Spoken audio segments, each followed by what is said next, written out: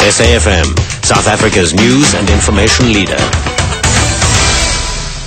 The National Union of Mine Workers takes on a Limpopo gold mine, and the National Youth Development Agency defends its operations. Good morning. The National Union of Mine Workers has vowed to take the Consmatch gold mine in Limpopo to the CCMA if they fail to reinstate 840 workers fired on Friday. The workers were fired for embarking on what management called an illegal strike. NUM spokesperson Lesiba Seshoka says the workers were not embarking on any illegal action, but they embarked on a go-slow. Seshoka says they are meeting with the employer today. We will be engaging the employer today, and if we do not agree, we'll have to take the matter to the CCMA as a dispute. This mass dismissal is a vote of no confidence in our government, because clearly our agenda is that we are going to be creating more jobs in 2011. And when an employer decides out of the blue to dismiss, clearly this is a The National Youth Development Agency's Chief Executive Stephen Ngobeni has denied that the youth agency is a gravy train for senior ANC Youth League members. Ngobeni has been responding to weekend media reports that the NYDA exclusively employs ANC Youth League members and that the agency's staff earn inflated salaries. An impression should not be created that once a young person decides to join the ANC Youth League, that young person cannot participate anywhere in the economic life of South Africa, that young person has literally declared him or herself unemployable.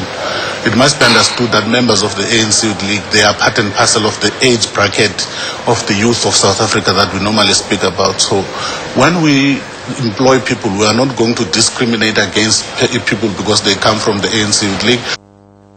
Approximately 40 wood and iron structures were gutted last night in two separate fires in informal settlements in the Cape Peninsula. Cape Town Fire authorities say a man sustained burn wounds in the first incident at the Joe Slovo informal settlement in Langa.